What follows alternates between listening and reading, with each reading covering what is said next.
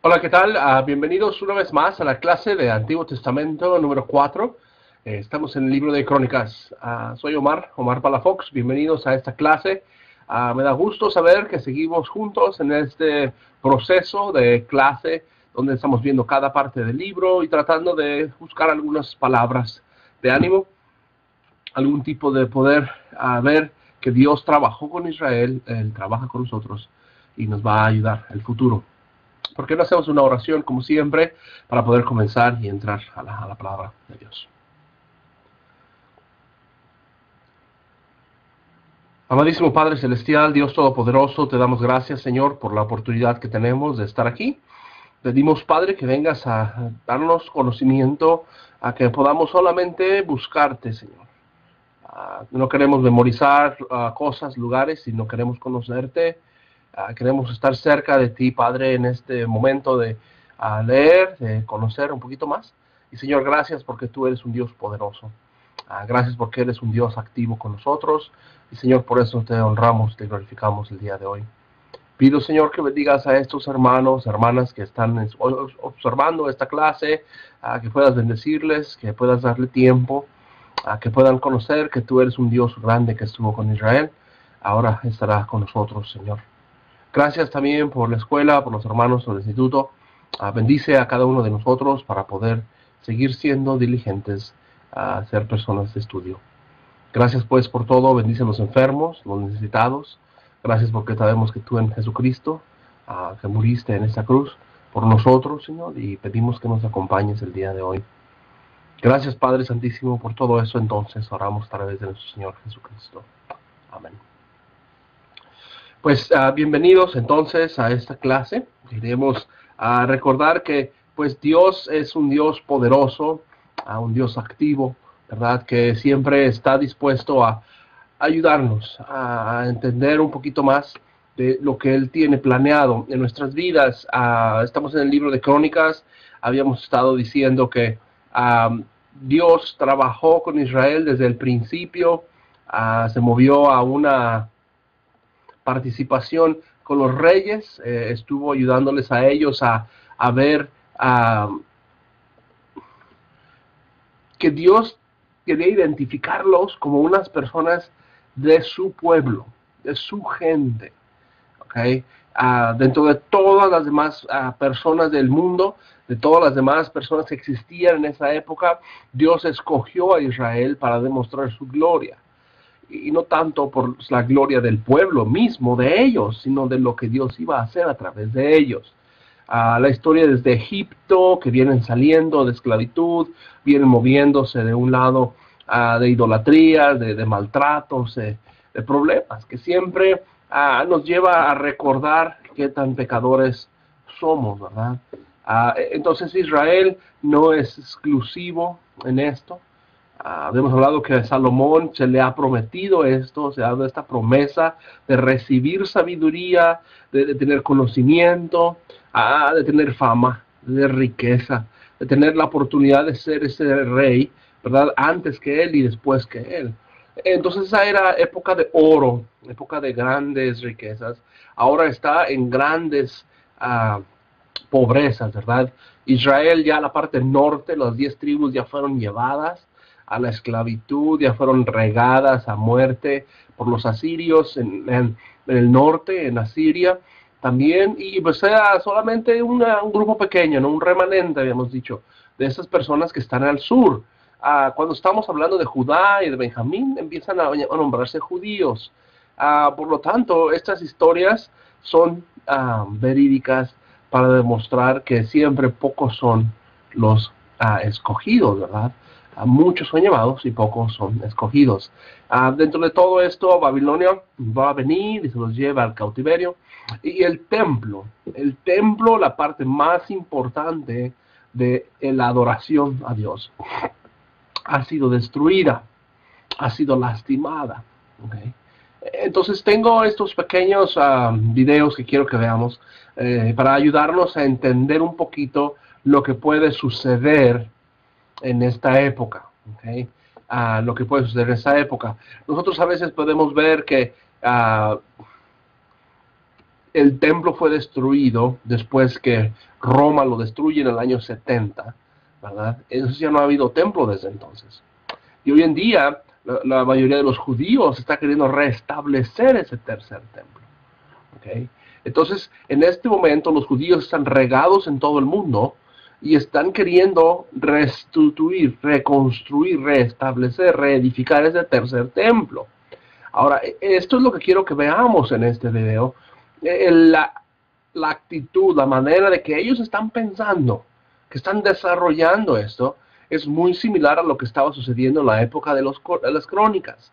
¿Okay? Ellos están saliendo de la esclavitud y todavía están anhelando esta parte tan central como es el templo. Por eso cuando leamos crónicas, vamos a ver la necesidad de la centralidad de los sacerdotes, del servicio que van a hacer ellos, las tareas de cómo lo van a reconstruir, cómo van a poder hacerlo, ¿no? Ahora, esto lo que está haciendo es contarnos la historia de lo que pasó antes de la destrucción del segundo templo. Entonces la historia es cuenta de Salomón, de David, cuenta de todo esto. Ahora, la actitud con la que se está escribiendo es la actitud de esta construcción, ¿verdad? Entonces me gustaría que viéramos este video, a ver si podemos comenzarlo por aquí y a escucharlo para después movernos un poquito más al siguiente tema. El rey Salomón mandó construir el primer templo de Jerusalén para contener el Arca de la Alianza. El templo quedó destruido en el año 586 a.C. por la invasión del babilonio Nabucodonosor. A partir de entonces comenzó la edificación del segundo templo, completado en época de Herodes en el siglo I a.C. El templo presidía de manera majestuosa la Jerusalén del siglo I a.C. Aunque apenas quedan restos, el testimonio del historiador Flavio Josefo nos es útil para reconstruir el templo tal como pudo ser. La entrada del templo herodiano era la puerta preciosa, cuyo acceso estaba prohibido a los no judíos. Después entraba al patio de las mujeres, único recinto al que les estaba permitido acceder. La puerta de Nicanor, decorada con paneles de bronce muy elaborados, conducía a un patio interior. Le seguía el patio de Israel, cuya entrada estaba reservada a los hombres judíos. En su centro, sobre una plataforma elevada, estaba el altar de sacrificios. La última estancia del edificio era el santuario, con 4 columnas con capiteles corintios en su fachada, cuya puerta solo podía ser atravesada por los sacerdotes. El segundo templo fue incendiado por el romano Tito en el año 70 después de Cristo. De él queda en pie solamente la sección oriental de la muralla que lo rodeaba, el actual Muro de las Lamentaciones. He aquí uno de los sueños más anhelados por el judaísmo, el tercer templo de Jerusalén. Se trata en todo caso de una maqueta, ya que el templo jamás se ha construido. Y es que, según algunas tradiciones ortodoxas judías, este será fruto de la obra divina, y el hombre no puede en ningún caso participar en su construcción. A pesar de su filiación ortodoxa, Yehuda Glick, director del Instituto del Templo, no está de acuerdo. La Torá nos ordena levantar el templo. Los que creen que el templo descenderá de los cielos por arte de magia o elemento cósmico eluden el precepto bíblico de prepararse y participar en la construcción. Glick se ha puesto manos a la obra. Su Instituto del Templo ha comenzado a confeccionar las ropas para los que, según él, serán los futuros sacerdotes. En el museo situado junto al instituto se exhiben, además, algunas de las piezas para los oficios. Glick pertenece a una corriente mesiánica identificada con la ultraderecha israelí que reivindica como propia la zona en la que se hallaría el tercer templo. Pero esto es Jerusalén y, por supuesto, no se trata de un sitio cualquiera, sino de la zona en la que, tras la visita de Ariel Sharon en el año 2000, estalló la segunda intifada. Es la explanada de las mezquitas, el tercer lugar más sagrado para el mundo musulmán y el corazón espiritual de la demanda palestina de un Estado independiente. Voy a conocer a uno de los rabinos que ha dedicado toda su vida a este sueño. Hola, gracias. ¿Es usted Yehuda? ¿Puedo darle la mano? Puede intentarlo. Muchas gracias. Nunca sé si puedo dar la mano o no. La organización de Yehuda Glick ha estudiado todos los detalles sobre el templo que están recogidos en las escrituras sagradas para así poder reconstruirlo. Se han recaudado decenas de millones de euros a fin de empezar la construcción cuanto antes. Yehuda ha preparado incluso una mezcla sagrada de incienso. Huele muy bien. La gente vendrá al templo y querrá reunirse con Dios con los 5 sentidos. Querrán estar lo más cerca posible de él. De los 5 sentidos, el más espiritual es el olfato. Así que cuando una persona entra a Jerusalén y respira hondo, inhala algo sagrado. Al olerlo, siente que aquí está más cerca de Dios. Llegaban a estornudar por el fuerte olor a incienso de Jerusalén. Me confunde usted con lo que dice, porque habla de ese ritual como si aún se practicase, pero luego habla en pasado. Los judíos siguen celebrando ese ritual. Era algo que sucedía todos los días en el templo, hasta hace 2000 años, cuando los romanos destruyeron el templo sagrado. Esperemos que pronto sea reconstruido. Con la reconstrucción del templo, el incienso volverá a estar en el altar a diario. Aquí tenemos el altar del incienso, hecho de madera de acacia cubierta de oro. ¿Es oro puro? Sí, es oro de verdad. Es de madera de acacia cubierta de oro y está listo para ser utilizado en cuanto yo reciba la llamada. ¿Qué llamada? ¿De Dios? ¿De quién? La llamada del gobierno de Israel, de Naciones Unidas, en la que me digan que tenemos permiso para construir el templo. Entonces la llamaré a usted para que me ayude a trasladar las cosas, porque todo esto está listo para utilizarse en el tercer templo. ¿Podemos ir al lugar de construcción? Vamos. ¿Por aquí? Sí.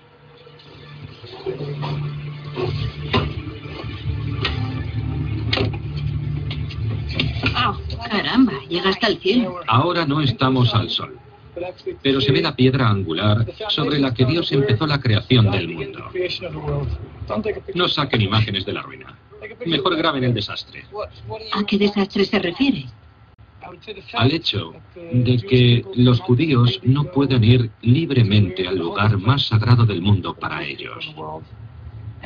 Y al hecho de que los musulmanes tomasen toda la zona. Nosotros promovemos un mensaje completamente diferente. Nosotros queremos crear un lugar en el que todo el mundo, incluidos los cristianos y los musulmanes, puedan unir sus plegarias. ¿Y dónde estará ese lugar de rezo? Estará exactamente donde está la cúpula de la roca.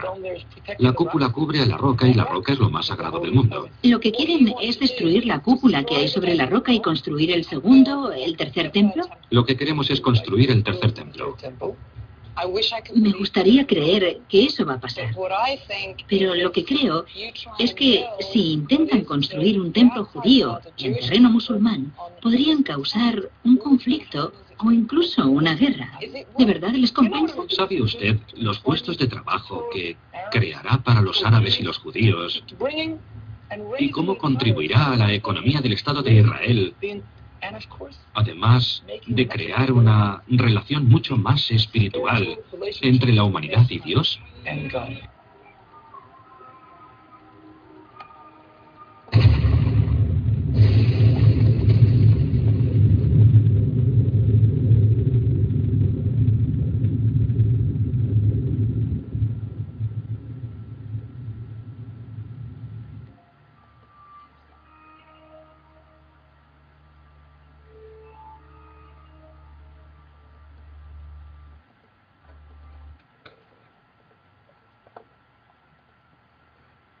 En realidad, yo creo que este deseo de construir ese tercer templo es plática para otra ocasión. Lo que me gusta ver para propósitos de esta clase es notar la importancia de el templo para ellos.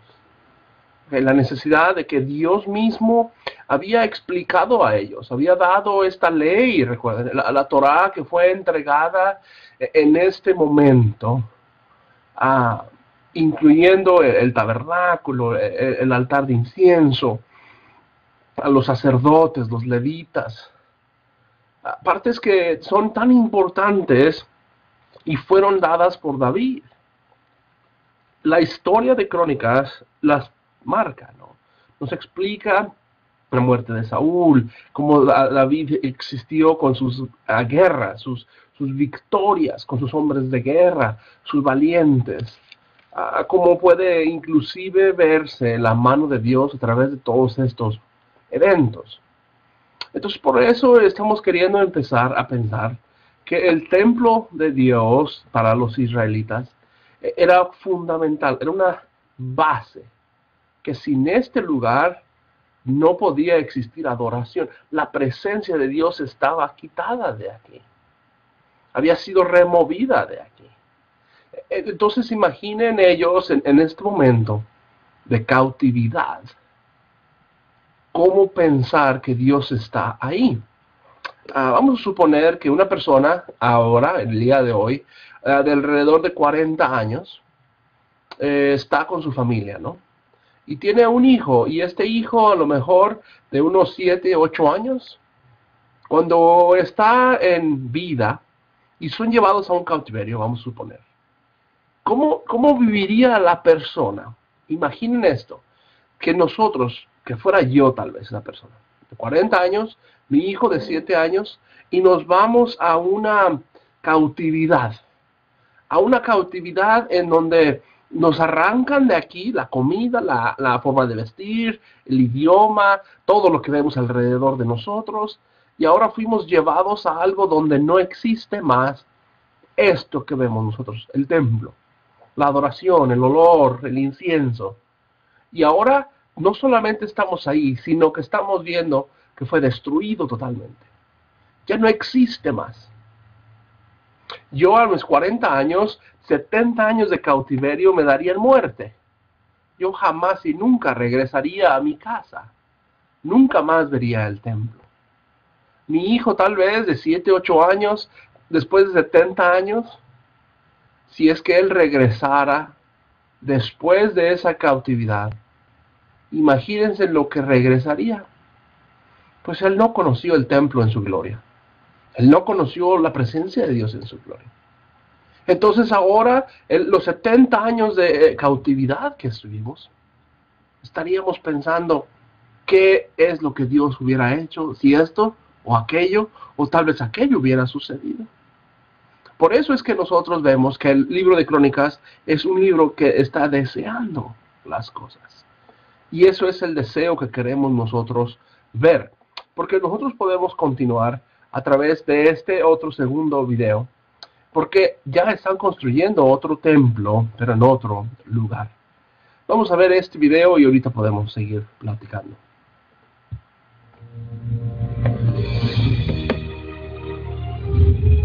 El templo de Salomón.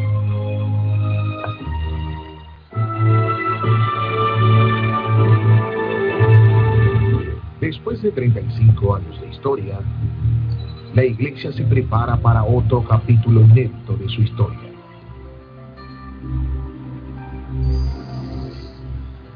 La réplica del templo de Salomón está en fase de culminación, y a pocos días, muchos podrán quedar más cerca de Dios.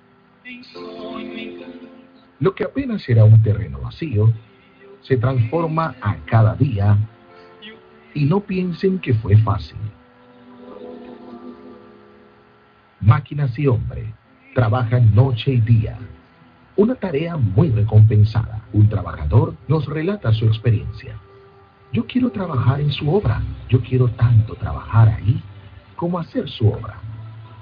Yo quiero estar ahí, es mi sueño. Ahí vine la tercera vez, ahí vine la cuarta vez, y cuando llegué a mi casa, yo vi un resultado. Todo lo que yo quería, yo planté y estoy cosechando por estar aquí. Un trabajo arduo, de muchas luchas y grandes batallas. El terreno escogido fue este antiguo estacionamiento de la Catedral del Brás. Aquí la idea salió del papel para tornarse realidad. El templo va a ser levantado y tenemos fe que nuestra vida también será levantada. Es importante. Es un ejemplo de renovación y hasta de unión entre los pueblos, entre judíos y cristianos. Porque nosotros somos un solo pueblo de Dios. Más de 70,000 personas estuvieron presentes en la inauguración y el terreno que hasta entonces no tenía señal de construcción tuvo la primera piedra lanzada. A partir de ahora, en nombre del Señor Jesús, conforme esta piedra va descendiendo sobre este agujero, mi Dios, entonces que descienda tu espíritu para restaurar la vida de estas personas, en donde ellas se encuentren ahora. Amén. Era el primer paso de una gran batalla vivida por millones de personas. En agosto del 2010, el terreno comenzó a ser preparado para recibir las grandes estructuras. Para que tenga una idea, fueron más de 17,000 viajes de camiones.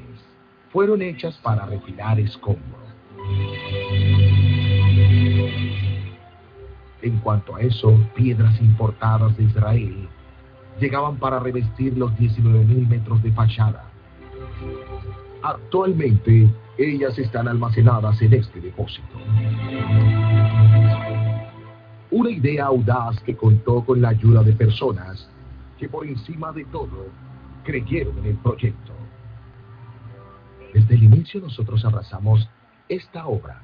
Inclusive yo tenía el deseo de llegar y ver las columnas, porque cuando comenzaron a crear las columnas, hubo un propósito que nuestros nombres serían llevados a las columnas, y hoy estoy viendo algo así, que yo no imaginaba. Todos unidos por un único propósito. Oraciones fueron hechas.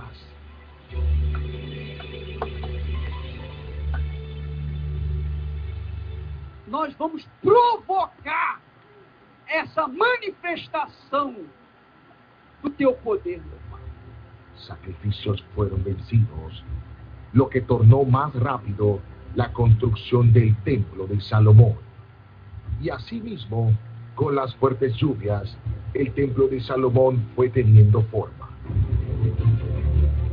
Fundación, pilares, estructura. El inmenso terreno vacío comenzó a llenarse. Pilares gigantes construidos uniformemente rascaron el cielo. Son las 7 columnas que presentan los espíritus de Dios. Esas primeras 7 columnas simbolizan, representan los 7 espíritus de Dios.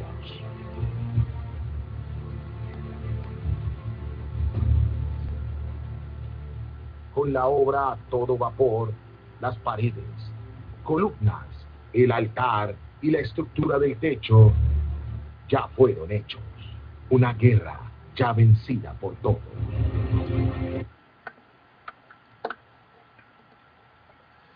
¿Qué es lo que sucede en estos momentos? Que en la ciudad de Sao Paulo, en Brasil, están construyendo una réplica de este templo, donde la Iglesia Universal de Para de Sufrir está buscando tener un lugar de adoración, ¿no? Yo no soy una persona que estoy a favor, tal vez, pero lo que quiero es mostrar la importancia de lo que Dios ha hecho en el Antiguo Testamento a través del templo, a través de los eventos, de los sacrificios, el quemar incienso, el tener estos grandes lugares de hombres que podían entrar, otro lugar donde los sacerdotes podían entrar. Todo este rol del templo era tan fundamental. Ahora, para ti y para mí, yo no sé, el mundo práctico de estas escrituras debe de ser de poder buscar a Dios. Por eso cuando Jesús dijo esto, ¿no? Este templo fue edificado y lo voy a poder destruir. Nos recuerda que ellos se burlan y dicen, 46 años tardó y tú en 3 días lo vas a levantar. Jesús recordando que su templo era su cuerpo. Para ti y para mí, el templo, lo más importante es Jesucristo. Es lo que queremos ver que nos va a llevar, inclusive, el libro de Crónicas. Porque nosotros no podemos olvidarnos que Dios estaba trabajando con ellos y estaba queriendo recordarles que algún día iba a levantar a alguien, ¿verdad? Que iba a salir de ellos. Capítulo 17 de Primera de Crónicas, versículo 11. Pero cuando se completen los días que has de vivir, levantaré que te he reunido a tus padres, levantaré a un descendiente tuyo después de ti, que procederá de tus lomos, y lo estableceré en tu reino, ¿verdad? Entonces estamos hablando de que Jesús era prometido, y lo estableceré en tu reino. Él constituirá casa en mi nombre, y estableceré el trono de su reino para siempre. Y lo seré por padre, y él me será por hijo. No apartaré de él mi misericordia, como la aparté de Saúl, quien te procedió. Yo lo pondré en autoridad sobre mi casa y sobre mi reino, por siempre y para siempre. Y el trono de su reino le será asignado para siempre. Entonces, esta vivencia, esta experiencia de estar en exilio, de estar marcado sobre todo, desde el punto de vista bíblico, viviendo la responsabilidad de su pecado, vemos que Dios sigue siendo fiel. Dios sigue siendo fiel. Yo seré su padre y él será mi hijo, y jamás le negaré mi misericordia. La fidelidad de Dios viene a mente de nosotros cuando estamos hablando del pacto, de este convenio, de esta palabra que hemos estado recibiendo, de esa Torah, de esta enseñanza que Dios les está dando. Estas mismas características se aplican al pacto que Dios hizo con Israel. Estamos hablando de si alguien hace un pacto matrimonial donde el esposo y la esposa están unidos, dentro de todo eso no solamente es el vivir juntos, el tener todo en contacto, en comunión, sino de tener una relación amorosa. Debe de existir una relación amorosa. Por lo tanto, por eso, aunque se basó en el amor de Dios hacia el pueblo, Él demandaba esto de ellos. Ellos no amaron a Dios en la manera que deberían haberle amado. Por lo tanto, por eso hablábamos de Oseas, hablábamos de estos profetas que a veces su misma vida era una parábola, una enseñanza, pues de que habían cometido pecado, que eran adúlteros, ¿verdad? Por lo tanto, la consecuencia es que Dios demandaba que su pueblo en general cumpliera con estas virtudes. Con mucha más razón lo esperaba de los reyes que él había puesto para gobernarlos. Al establecer su pacto con David, Dios prometió que nunca quitaría su misericordia de Salomón. Entonces, estamos hablando que Crónicas por eso habla de Saúl, de David y de todos los reyes que vienen después, ¿no? De Salomón, y enfocándose especialmente a los reyes de Judá. Porque nosotros podemos olvidar que Dios había sido fiel, y a pesar de su inconsistencia de Israel, en no seguir la ley y tener dioses ajenos. Recuerden que había sacerdotes de otras religiones, tenían imágenes y estatuas dentro del templo. Tenían adoración a diferentes dioses, inclusive con prostitución, quemaban incienso a otros dioses. Estaban hablando de diferentes participaciones con Israel, que Dios mismo se siente como si fuera un adulterio, ¿verdad? Entonces, por eso vemos este pequeño dibujo, ¿no? Esta pequeña historia única del exilio. No podemos olvidar que esto fue único. Nada más en Israel fue el momento de notar que la gloria de Dios estaba fuera de sus vidas. Estaba alejada de sus vidas. Por eso el capítulo 1 de Crónicas está recordando al lector que desde Adán, desde el principio del universo, desde el principio de la creación del mundo, es que esto ha sido planeado. ¿Sí? Es como buscar sus raíces, sus orígenes, en dónde es donde ellos han venido. El autor no está hablando nada más de un Israel inmediato desde Egipto, sino que recorre desde el principio, las genealogías desde más allá que Abraham inclusive. Regresa con Noé, regresa con todas estas personas que fueron los que llegaron ahora a la culminación con David. Por eso el capítulo 10 en adelante vamos a empezar a hablar con David. David con una preparación del templo, una preparación que él va a explicar cómo es que llega a ser rey, cómo es que debe haber sido las victorias, ¿verdad? Cómo es que había ido todo lo que había participado, como si fuera su proclamación, a sus ejércitos, todas estas personas que inclusive va a moverse en la trasladada, cómo trasladó el arca de Jerusalén, capítulo 15, y él edificó para sí palacios en las ciudades de David, y construyó en lugar para el arca de Jehová los utensilios del tabernáculo. Entonces David ordenó a los levitas que trasladaran el arca de Jehová, los utensilios del tabernáculo, porque Jehová había escogido a los levitas para ministrar y trasladar el arca. Entonces esta parte de los capítulos 10 al 29 va a ser la gran preparación. Y Dios va a hacer esa promesa de que voy a levantar, ¿verdad?, a alguien de ahí. Segunda de Crónicas 5:14 nos recuerda que la gloria del Señor había llenado el templo, ¿no? Entonces, si tú estás en cautiverio y estás recordando esto, imagínate lo que te hace pensar, wow, algún día me gustaría tener un templo. Al igual que vimos en estos videos, que los israelitas quieren construir su templo en Jerusalén y que estos cristianos están queriendo construir su templo ahí en Sao Paulo. El versículo 14 de 2 de Crónicas 5 dice así. Bueno, porque regresamos del 13. Cuando los que tocaban las trompetas y los que cantaban hicieron oír su voz a un solo sonido, alabando y dando gracias a Jehová. Y cuando alzaban sus voces acompañados de trompetas, con címbalos, con los demás instrumentos musicales para alabar a Jehová diciendo, porque Él es bueno, porque su misericordia permanece para siempre. Entonces la casa de Jehová se llenó en una nube, y los sacerdotes no pudieron continuar ministrando en la casa de la nube, porque la casa de Jehová se llenó de resplandor de su gloria. Entonces el templo, esta preparación y este desarrollo y construcción, está glorificado, está extraordinariamente satisfecho. Ya no podían hacer nada los levitas. La gloria estaba llenando todo esto. Por eso entonces hay que recordar que la historia es única. ¿Por qué? Porque ellos están recordando este templo, estos momentos. Y cuando leían esa escritura, era para recordarles lo que habían perdido.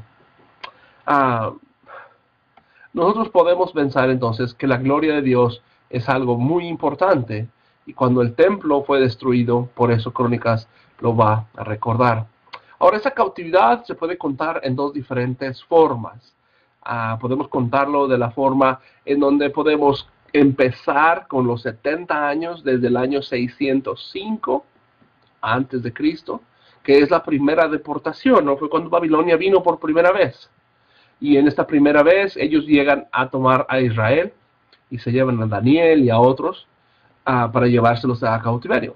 Ahora, si contamos 70 años desde ahí, empezando a contar por ese mismo año, 605, es que vamos a contar 70 años hasta el fin de la tercera deportación, que serían los 70 años de exilio.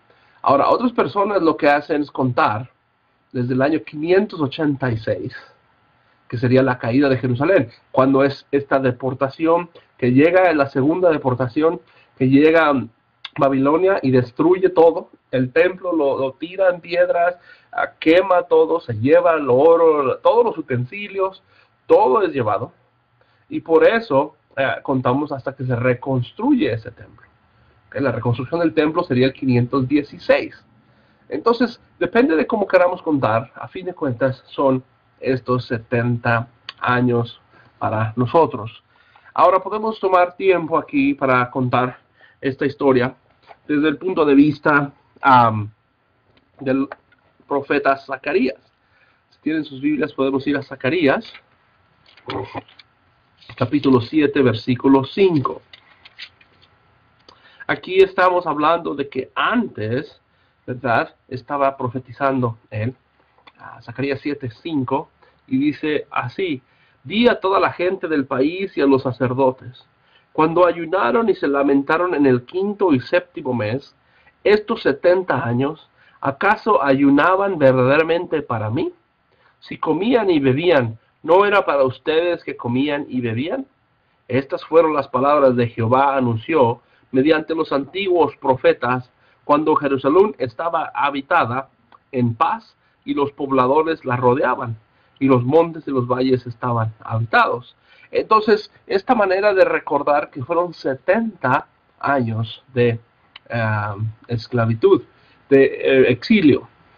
Ellos estaban ayunando, ellos estaban buscando el poder ser de alguna manera salvados por Dios.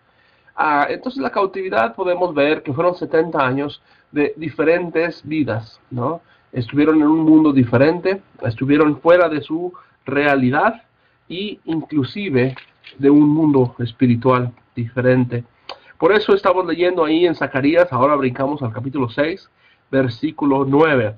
Cuando vino a mí palabra de Jehová diciendo, toma de las posesiones de los cautivos y ven en este día y entra a la casa de Josías, hijo de Sofonías, que vino de Babilonia. Toma su plata, su oro y haz una corona y colócala en la cabeza del sumo sacerdote Jesúa, hijo de Josadac. Y dile, así dice Jehová de los ejércitos, he aquí el varón cuyo nombre es Dinja, desde abajo se manifestará. Y él reedificará el templo de Jehová, y recibirá honra, y se sentará y gobernará sobre su trono. Será sacerdote sobre su trono, y sabrá consejo de paz de entre ellos. La corona de este será como un recuerdo del templo de Jehová para Eldaí, para Tobías, para Jedaías, para Josías y para el hijo de Sofonías.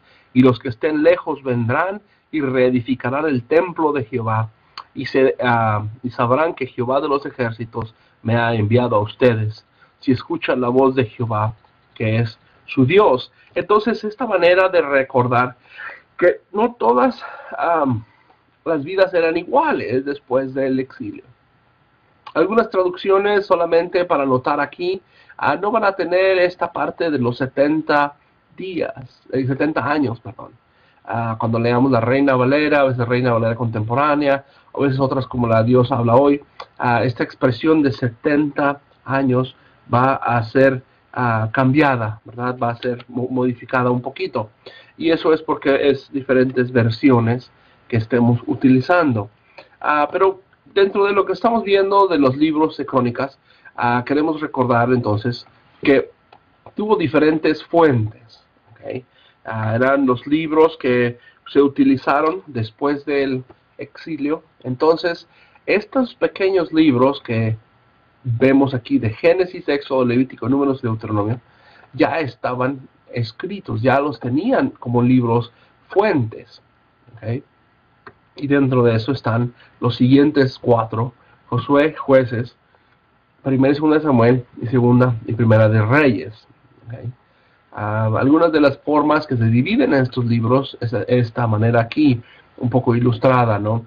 Génesis, Éxodo, Levítico, Números serían los primeros 4 libros que formaron una unidad, y es lo que se llamaría como el Tetrateuco, 4 libros, 4 rollos. Cuando añadimos Deuteronomio ahí, es lo que se llamaría el Pentateuco, o sea, 5 rollos, o a veces se le determina Torah, la enseñanza de Moisés.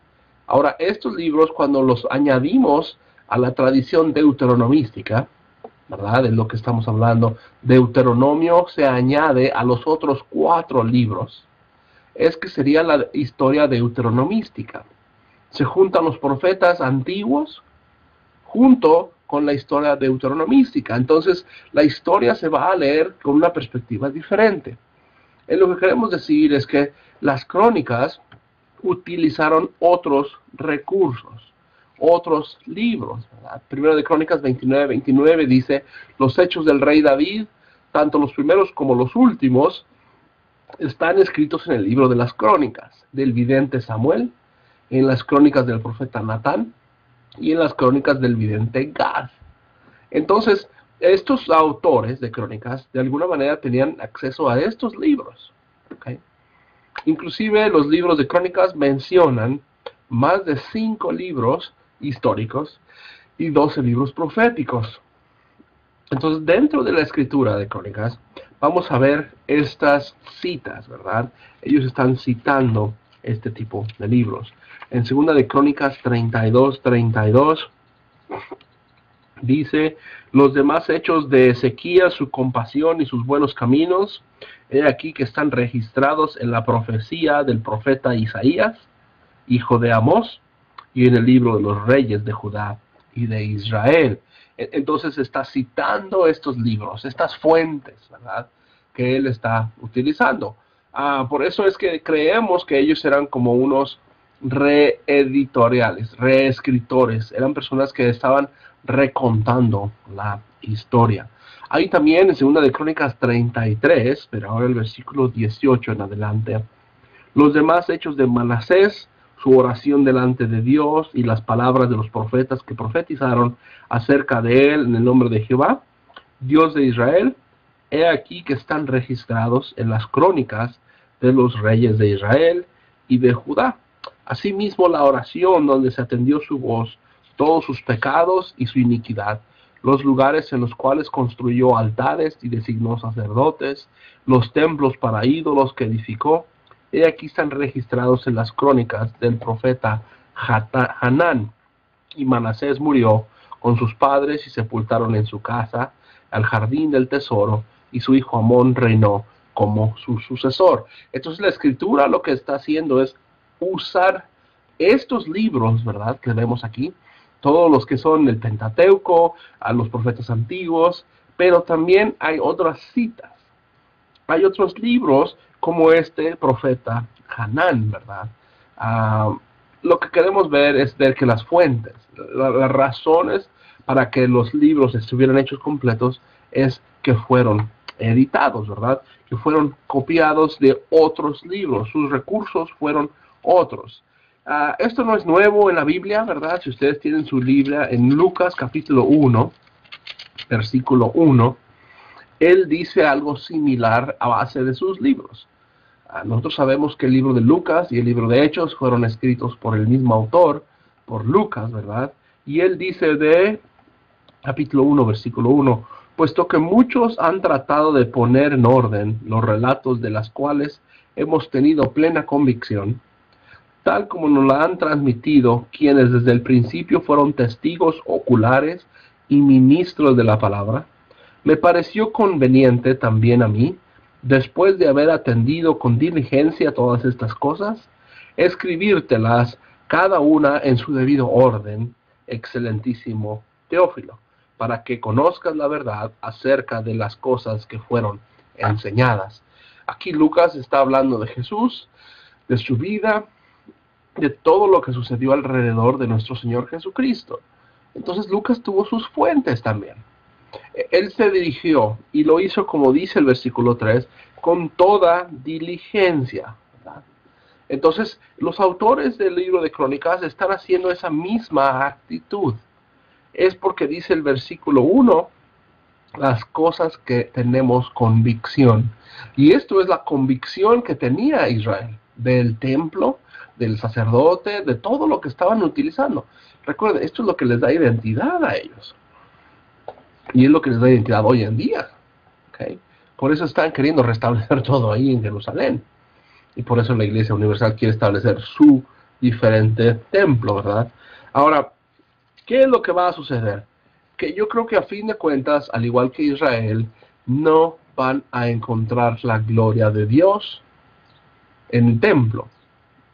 Porque ellos no van a ver a Jesús, ¿verdad? Y eso es lo que va a suceder. Que queremos ver a Jesús. Queremos ver a Dios en estos. Algo que va a suceder entonces aquí es notar que en estas fuentes va a movernos al siguiente libro, que es el libro de Esdras. ¿Okay?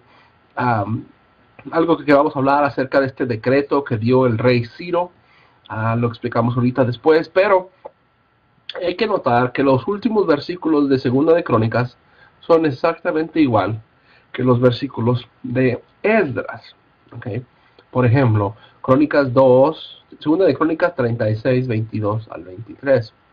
Pero para que se cumpliera también la palabra del Señor pronunciada por Jeremías, en el primer año del rey de Sirio Persa, el Señor despertó el espíritu de Ciro para que todo su reino pregonara de palabra y por escrito lo siguiente. Entonces el versículo 1 de Esdras dice lo mismo, para que se cumpliera lo que el Señor había anunciado por medio de Jeremías. En el primer año del reinado de Ciro, de Persa, el Señor despertó el espíritu de Ciro para que hiciera pregonar por todo su reino, de palabra y por escrito, lo siguiente.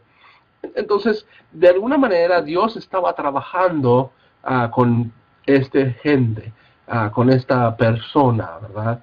Con este rey que era Ciro.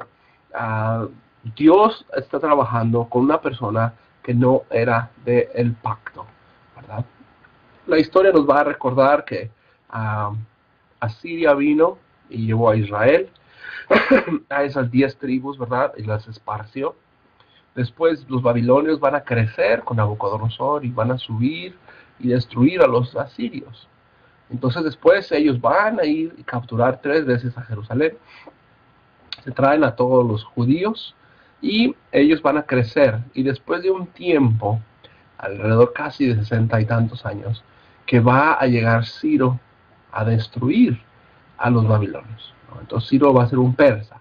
Persa es el reino de la parte sur, y después la parte norte de los medas se van a unir, los medo-persas, y van a tomar posesión de Babilonia. Entonces Ciro va a ser el rey que no tiene descendencia de ninguna manera como los reyes de Israel. Pero dice la Escritura que él va a ser movido por Dios. Que el Espíritu de Dios lo va a mover. ¿Para qué? Para despertar en él esto. El versículo 23 de Segunda de Crónicas y el versículo 2 de Esdras. Así dice Ciro, el rey de los persas: el Señor es el Dios de los cielos, me ha dado todos los reinos de la tierra y me ha ordenado edificarle un templo en Jerusalén, que está en Judá. Si hay entre ustedes alguien que sea del pueblo, que el Señor su Dios lo acompañe y vuelva a Jerusalén. Entonces el versículo 2 va a decir lo mismo acá en Esdras, ¿no? Así dice Ciro, rey de los persas: el Señor, el Dios de los cielos, me ha dado todos los reinos de la tierra y me ha ordenado reconstruir el templo de Jerusalén, que está en Judá. Si hay entre ustedes alguien que sea de su pueblo, que su Dios lo acompañe y vuelva a Jerusalén, que está en Jerusalén, para reconstruir el templo de el Señor Dios de Israel. Pues solo Él es Dios, ¿verdad? Entonces, lo que queremos ver es que de alguna manera Dios está trabajando, ¿verdad? Está moviendo el corazón de este rey, está moviendo el corazón de la gente que estaba pues pidiendo por 70 años, estuvo rogando por 70 años, y ahora Dios está haciendo este decreto. Ahora todavía no vamos a hablar mucho más de esto, porque queremos dejarlo cuando estemos hablando de Esdras, ¿verdad? Lo que quería es que notáramos que el cilindro de Ciro es una de las comprobaciones o de las partes arquitectónicas que tenemos, ¿no? Era algo de los arqueólogos encontraron. Y es una parte donde este rey determina que salieran. ¿Okay? En el año 539 a.C., los ejércitos de Ciro el Grande, el primer rey de la Persia antigua, conquistaron la ciudad de Babilonia. Pero sus siguientes acciones fueron las que marcaron un avance significativo. ¿Okay? Él liberó a los esclavos, declaró a todas las personas que tenían el derecho de escoger su propia religión, estableció la igualdad racial. Estos y otros decretos fueron grabados en un cilindro de barro cocido en el lenguaje acadio con escritura cuneiforme. Entonces ellos están escribiendo en este cilindro, a través de este nuevo rey, la liberación no solamente de Israel, sino de todas las personas que él estaba reinando. ¿Okay? Este es un documento muy antiguo, estamos hablando 500 años antes de Cristo, 2500 años de existencia, pero este es un documento que habla de los derechos humanos en el mundo. Está traducido en 6 idiomas oficiales de las Naciones Unidas y sus disposiciones son análogas a los primeros 4 artículos de la Declaración Universal de los Derechos Humanos, ¿no? Entonces, él va a ser un reformador donde va a dar libertad a las personas de poder tener libertad de religión, regresar a sus tierras, y aquí es cuando van a llevar a este pequeño remanente, ¿verdad? Daniel lo había profetizado, Ezequiel lo había profetizado, y ahora por eso el decreto de él era proclamarlo. Es interesante para mí que este pequeño rollo de barro lo han guardado, ¿no? Lo han tenido ahí. Por ejemplo, fue encontrado en los años 1800. Estaban escarbando, estaban excavando por allá los arqueólogos y lo encuentran, ¿no? Lo llevan a Inglaterra, es donde lo traducen, lo presentan y todo, pero dentro de la información nos confirma bíblicamente lo que se estaba diciendo, que era que Israel, ahora Judá, con los judíos que estaban en ese cautiverio, iban a regresar, ¿verdad? Con Esdras y con Nehemías, para reconstruir el templo. Ahora, el récord de la Biblia, el libro de Crónicas, nos va a recordar que fue que Dios el que movió el corazón de él. El libro de Esdras va a recordar lo mismo, que Dios le colocó este espíritu a él. Entonces podemos ver que la influencia de Ciro no solamente se extendió a los judíos, sino se extiende todavía el día de hoy a muchas naciones que son seguidoras o partícipes de esta Declaración Universal de los Derechos Humanos, ¿verdad? Más adelante podremos hablar un poquito más de su decreto. Solamente quería recordar ahí que dentro de todo este plan del templo, Dios ha provisto, Él proveyó a través de personas como este rey Ciro. Algo de esto antes de poder empezar a ver la clase es que los asuntos del exilio son varios, ¿okay? Son varios. Pónganse a pensar que el rey nunca de Babilonia los trató como si fueran esclavos, al igual que se trataron en Egipto. Cuando ellos estuvieron en Egipto, los esclavizaron y los tenían bajo látigo y les daban trabajos que hacer forzados.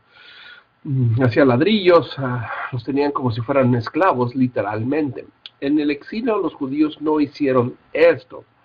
Dice, recuerden, en Segunda de Reyes, capítulo 25, versículo 27, sucedió que en el 37º año del cautiverio de Joaquín, rey de Judá, al 12º mes, en los 23 días del mes, que Evil-Merodach, el rey de Babilonia, exaltó en honor a Joaquín, rey de Judá, durante el primer año de su reinado, y lo sacó de la cárcel. Y habló con él amablemente y estableció su trono por encima de los tronos de los reyes que estaban con él en Babilonia. Le cambió su ropa de preso. Joaquín caminó delante de él siempre, todos los días de su vida. Respecto a su ración, le fue asignada una ración permanente de parte del rey de Babilonia para cada día. Entonces los judíos vivían bien en Babilonia. Los judíos vivían de alguna manera con este cuidado del rey de Babilonia. Habían estado de alguna manera fuera de su casa, pero habían estado viviendo también en una manera común, ¿verdad? Una manera diaria, una manera sin estar como encadenados, ¿no? Por eso el profeta Jeremías, el capítulo 29, él va a decir esto,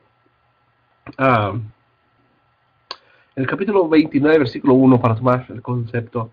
Estas son las cartas que envió el profeta Jeremías desde Jerusalén a Babilonia, al resto de los ancianos de la cautividad, a los sacerdotes, a los falsos profetas y a todo el pueblo de Nabucodonosor, rey de Babilonia, habiendo llevado en cautiverio a Jerusalén, a Babilonia. Después de la salida de Jerusalén, del rey Jeconías, la reina, los oficiales, los principales de Judá y de Jerusalén, los artesanos y los guardias. La carta se envió por conducto de Elasa, hijo de Safán, de Gemarías, hijo de Eliquías, a quienes se envió desde Sedequías, rey de Judá, de Nabucodonosor, rey de Babilonia, y decía: así dice Jehová de los ejércitos, el Dios de Israel, a todos los que fueron llevados al cautiverio de Jerusalén: construyan sus casas, vivan en ellas, siembren sus huertos, aliméntense con sus frutos, cásense, engendren hijos e hijas, tomen mujeres para sus hijos y den sus hijas en matrimonio, a fin de que den a luz a sus hijos e hijas. Multiplíquense ahí y no disminuyan. Rueguen por el bienestar de la ciudad a la cual han sido desterrados, y oren por ella ante Jehová, pues en su bienestar ustedes tendrán bienestar. Entonces Israel seguía viviendo vidas normales, ¿no?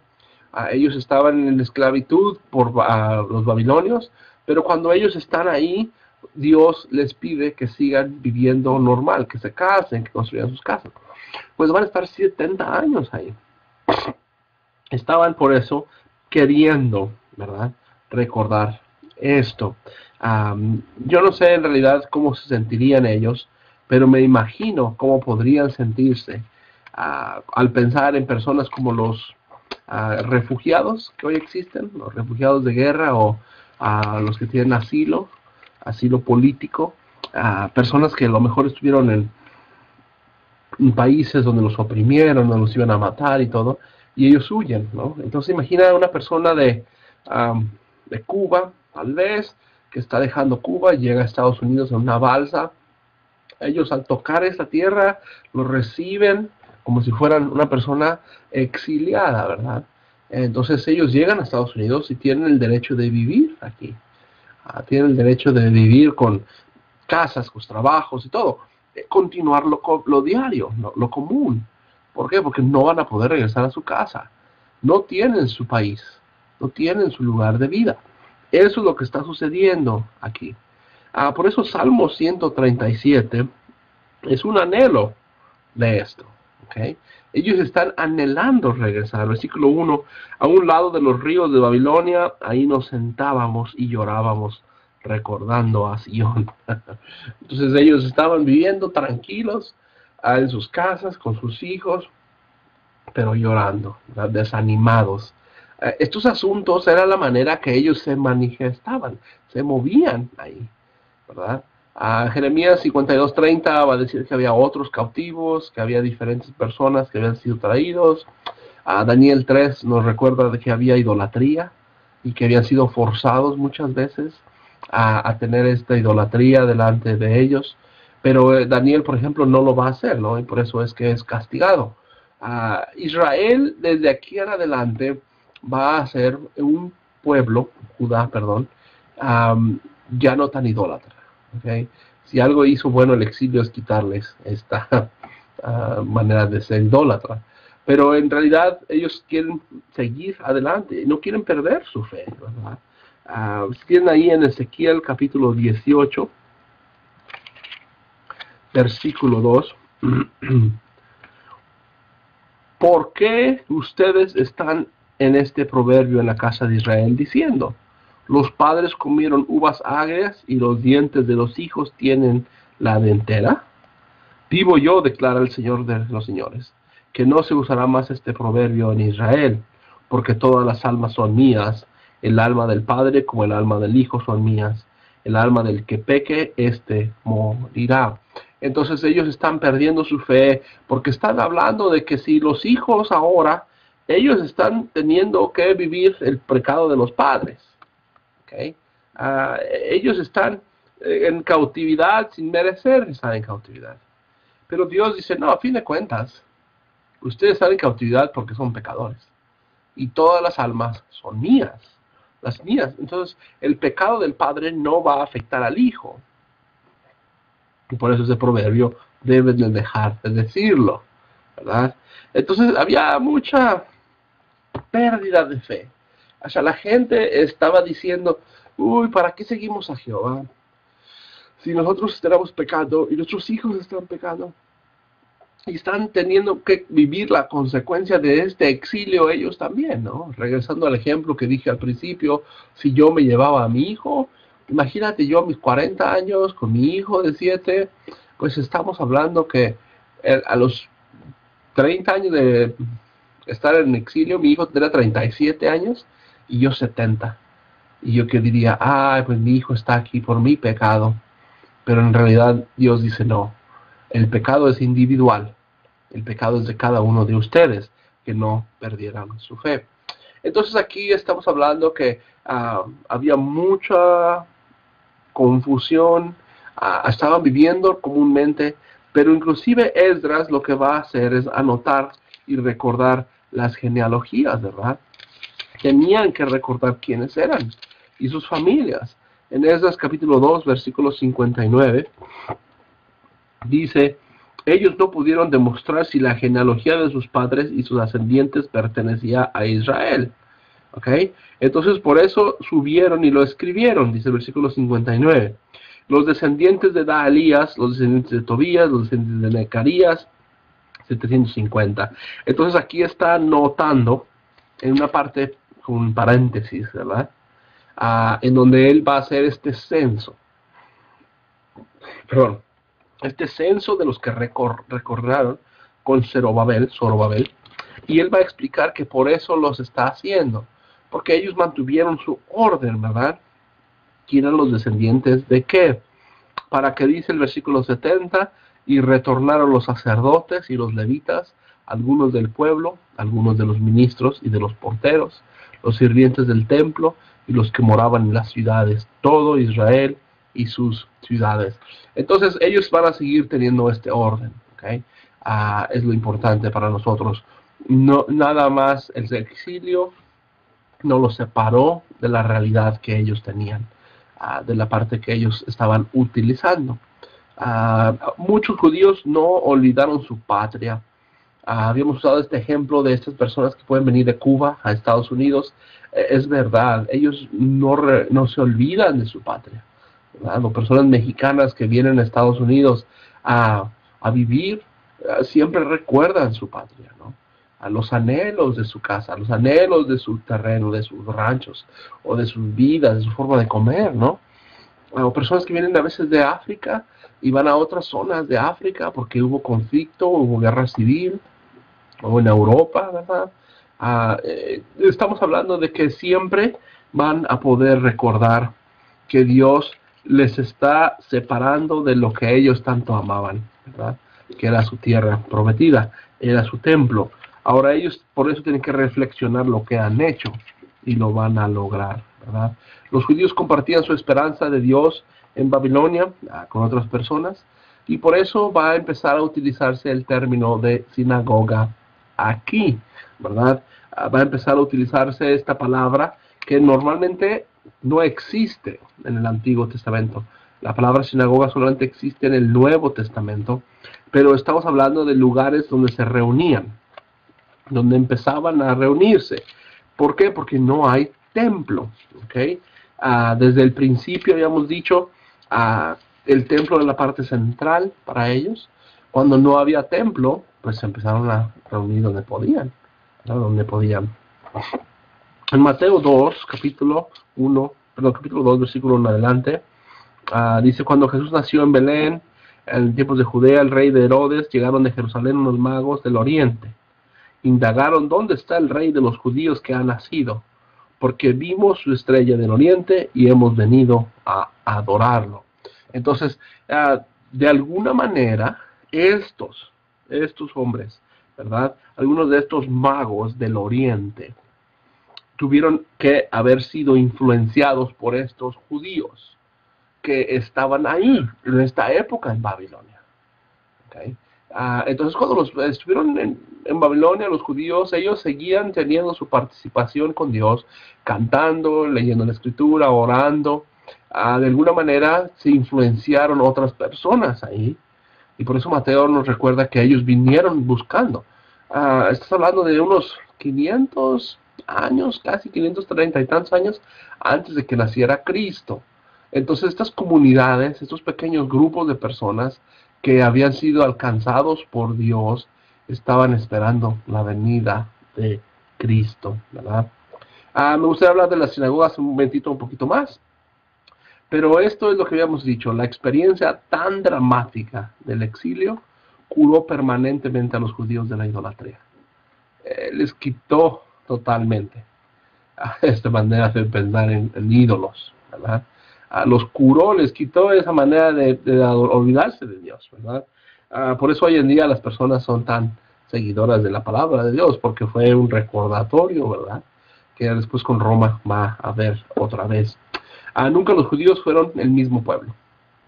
Después de haber regresado, vamos a ver que los mismos judíos están todos divididos, a los fariseos, los saduceos. Había un siempre control de otros pueblos, de otras naciones. Había mucha política, nunca se pudo restablecer un reino con un Dios que nombraba o jueces o profetas o de alguna manera, ¿no? Por eso Dios ahora estaba planeando la venida de Cristo, ¿verdad? Babilonia va a ser destruida, habíamos dicho esto, desde el pueblo, no solamente judío, sino el pueblo que venía persa, a destruirlo. Y ahí en Jeremías capítulo 51, versículo 37. Jeremías 51, 37.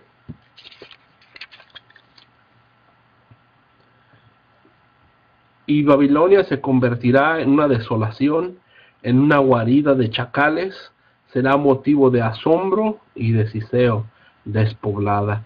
Como leones rugirán y como cachorros de león gruñirán. Con veneno preparé su bebida y los embriagué. Serán quebrantados y dormirán un sueño eterno y no despertarán más, declara Jehová. Entonces ellos iban a ser proféticamente destruidos. Versículo 43, sus ciudades se han convertido en objeto de asombro, como tierra yerma y seca. Nadie morará en ellas, ni habitará en ellas, hijo de hombre. Entonces, Jeremías está hablando de esta destrucción, Isaías también, en el capítulo 13.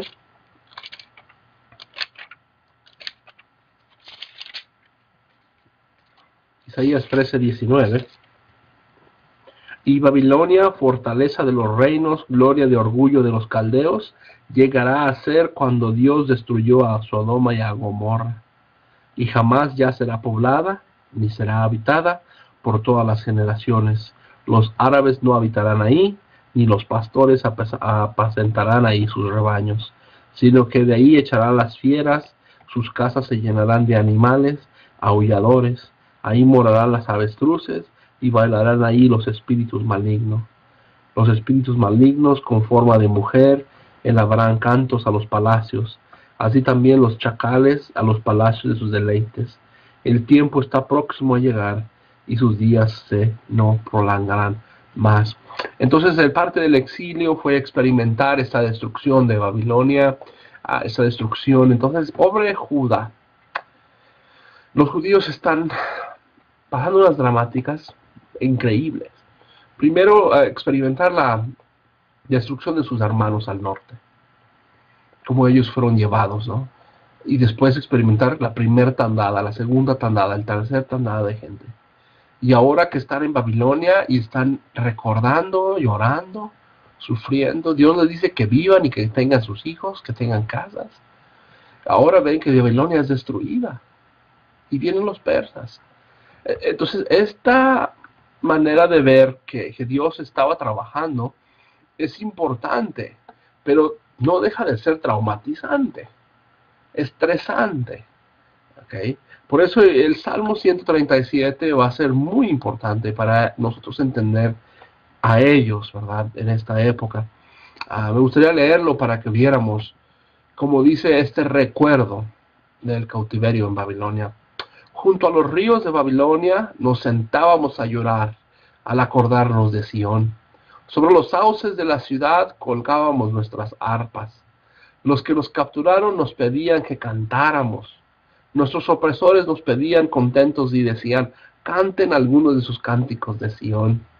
¿Y cómo podríamos cantarle al Señor en un país extranjero? Jerusalén, si acaso llego a olvidarme de ti, que la mano derecha se me tuya. Jerusalén, que la lengua se me pegue al paladar, si acaso no llego a recordarte, ni te pongo por encima de mis alegrías. Señor, recuerda lo que decían los edomitas el día que Jerusalén fue destruida. Arrásenla, destrúyala hasta sus cimientos. También tú, Babilonia, serás arrasada. Dichoso el que te dé tú merecido por todo el mal que nos hiciste. Dichoso el que agarre tus niños y los estrelle contra las rocas. Esta forma de género de lamento es muy típica en los salmos, ¿no? Es una forma de ver que el exilio fue duro para los israelitas, para los judíos. Ellos querían que cantaran, que vivieran. Aquí están los ríos, aquí están los árboles, cántanos. Ellos decían, ¿cómo podemos cantar al Señor si estamos aquí todos extranjeros? No tenemos gozo. Nuestra ciudad fue destruida. Yo me imagino que los edomitas, aparte de la parte de Edom, ellos estaban burlando, yo creo. Y ellos decían, sí, arrásenla, destruyanla hasta sus cimientos, como burlándose de esta ciudad. Entonces ellos, en esta forma de lamentar, de sufrir, es que vamos a ver que Dios les va a escuchar después, ¿verdad? Y va a traer este Ciro. Ahora, en realidad, Babilonia era una grande nación, ¿verdad?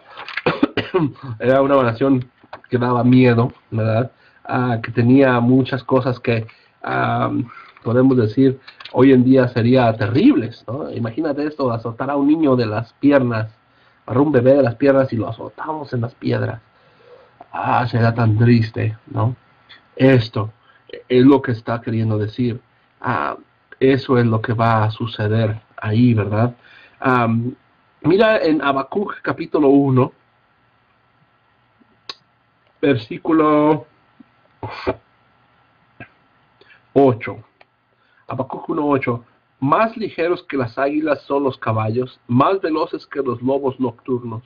Sus jinetes volarán alto, sus jinetes llegarán desde lejos. Volarán vigorosamente como águilas que desean comer ávidamente.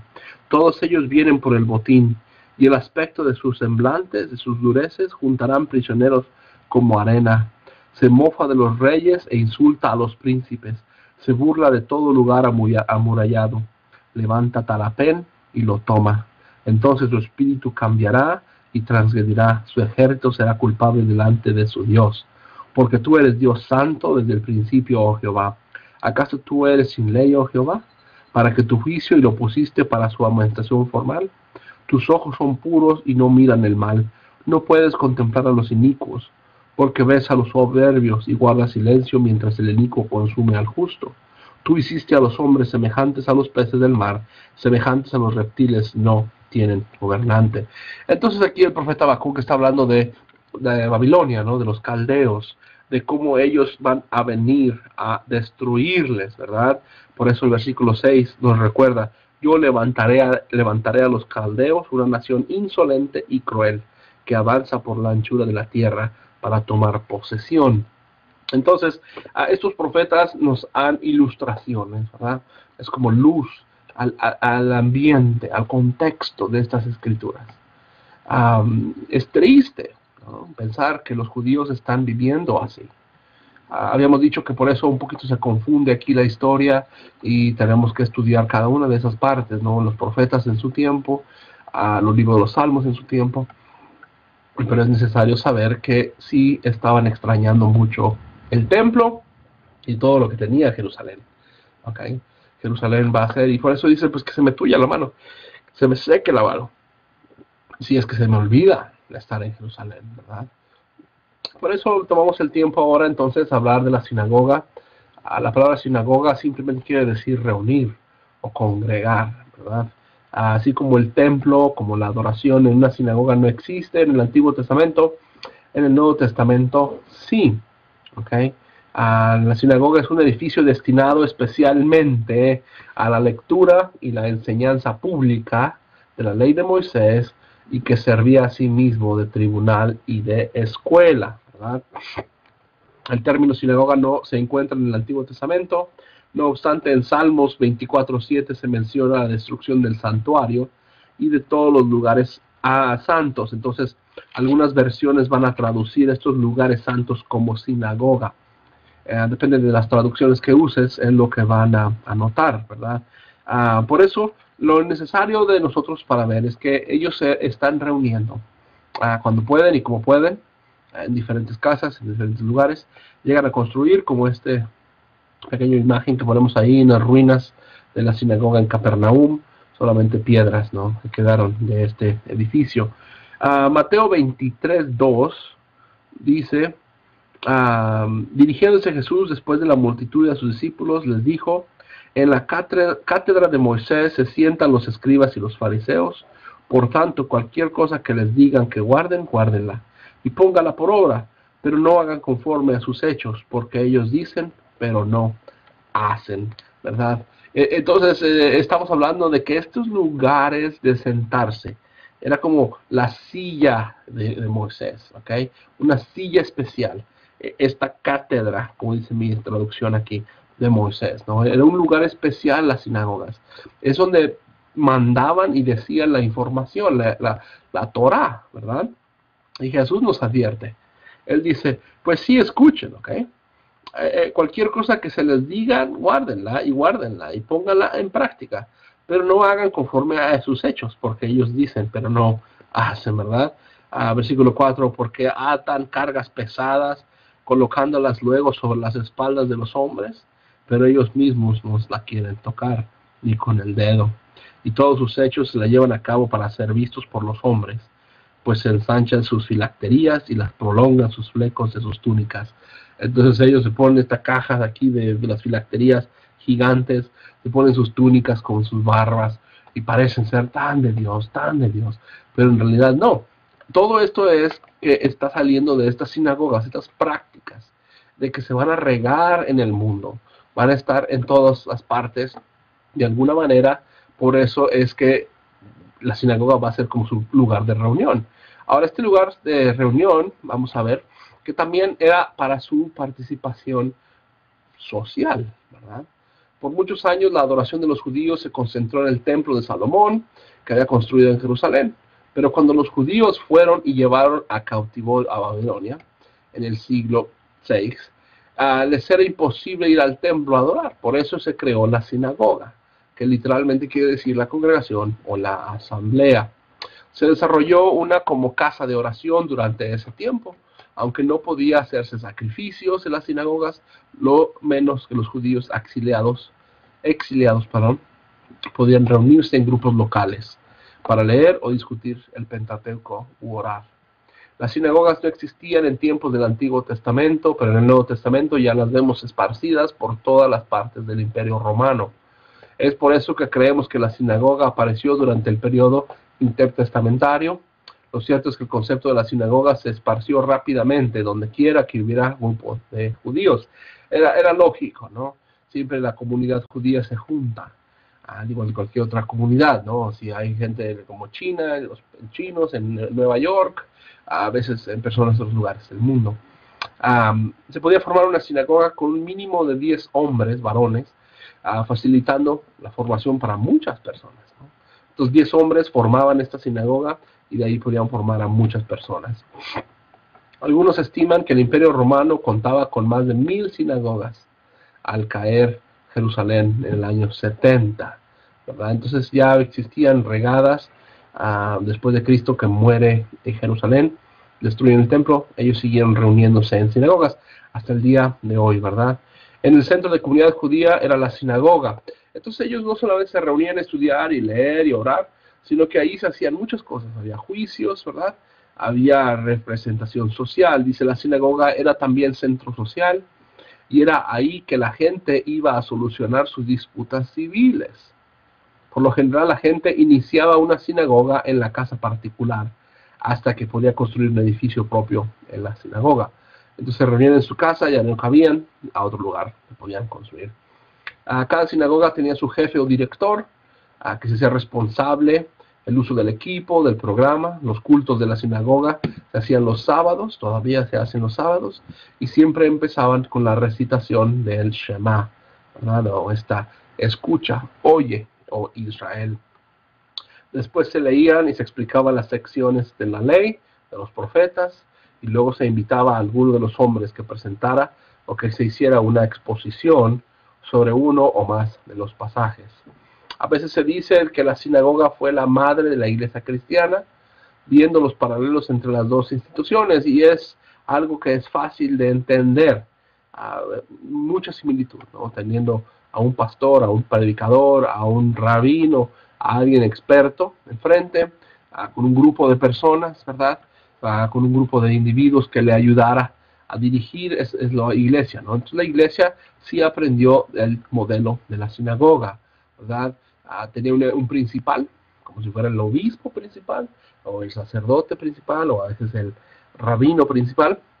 Había uno o más siervos que se ocupaban en las tareas materiales, lo físico, ¿verdad? También había limosneros, gente que se encargaba de repartir a los pobres, a los necesitados, porque la ley misma decía, ¿no? La Torá, a ayudar a los pobres, a ayudar a la gente necesitada, a las viudas.